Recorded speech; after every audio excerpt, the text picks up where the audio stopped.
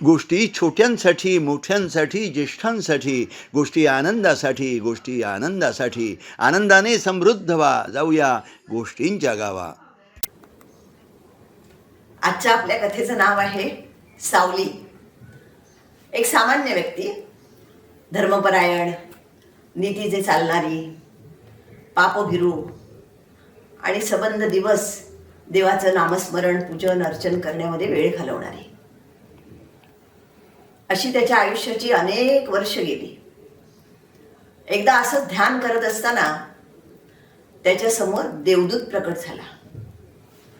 आता हा देवदूत प्रकट झाला तर डोळे उघडल्यावर त्याला दिसला आणि अरे बापरे, देवाने आपल्या भक्तीची नोंद घेतली, आपली भक्ती देवापर्यंत पोहोचली, याचा त्याला अत्यानंद झाला.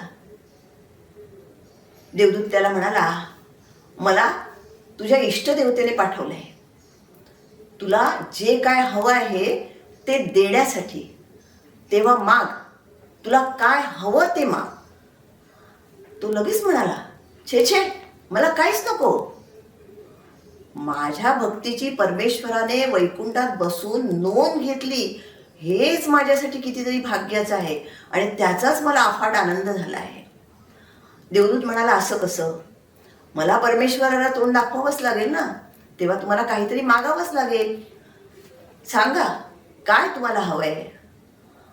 व्यक्ती म्हणाली, तूच सांग ना, मी काय मागावं? देवदूत म्हणाला, मी कसं सांगू तुम्ही काय मागावं ते? पण थोड्या वेळाने विचार करून देवदूत म्हणाला, हां, तुम्ही असं मागू शकता, तुमचा स्पर्श ज्याला होईल तो सर्वार्थाने सुखी होईल. व्यक्ती म्हणाला, नाही नाही नाही नाही, हे तर मला मुळीच नको. का? अहो, एकदा माझ्या स्पर्शाने माणसं सुखी व्हायला लागली तर माझ्या घराच्या समोर लोकांच्या रांगाच रांगा लागतील मला स्पर्श करण्यासाठी, आणि मग मी किती लोकांना सुखी केलं ह्याचा मला आनंद मिळेल. माझा अभिमान हळूहळू बळावेल, त्याच्यातनं गर्व वाढेल आणि देवाची जागा बळकवण्याची इच्छा माझ्याकडे निर्माण होईल. नको नको, हे मागणं तर मला मुळीच नको, असं अगदी त्या व्यक्तीने ठामपणे सांगितलं. मग मागा, काहीतरी दुसरं मागा.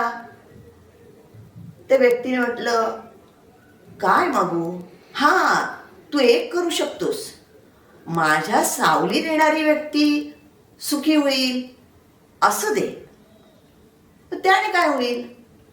सावली साधारण मागेच पडते नाही का? त्यामुळे माझ्या सावलीत मागे जण किती आले, किती जण सुखी झाले, कोण आले, ह्याची माझ्याकडे नोंद राहणार नाही, मला काहीच कळणार नाही. त्यामुळे माझा अभिमान दुणावणार नाही आणि त्यामुळे गर्व होऊन परमेश्वराचं स्थान आपण घ्यावं अशी इच्छा पण मला निर्माण होणार नाही. त्यामुळे हेच बरं आहे. असं म्हटल्यानंतर देवदूताने तथास्तु म्हटलं आणि देवदूत अदृश्य झाला. तात्पर्य, दुसऱ्याचे नेहमी चांगले करावे, त्याचा अहंकार बाळगू नये. जे चांगले घडते ते देवाच्या कृपेने घडते, हे लक्षात ठेवावे. पुन्हा भेटूया पुढील भागात एका नवीन गोष्टीसह. जाऊया गोष्टींच्या गावा.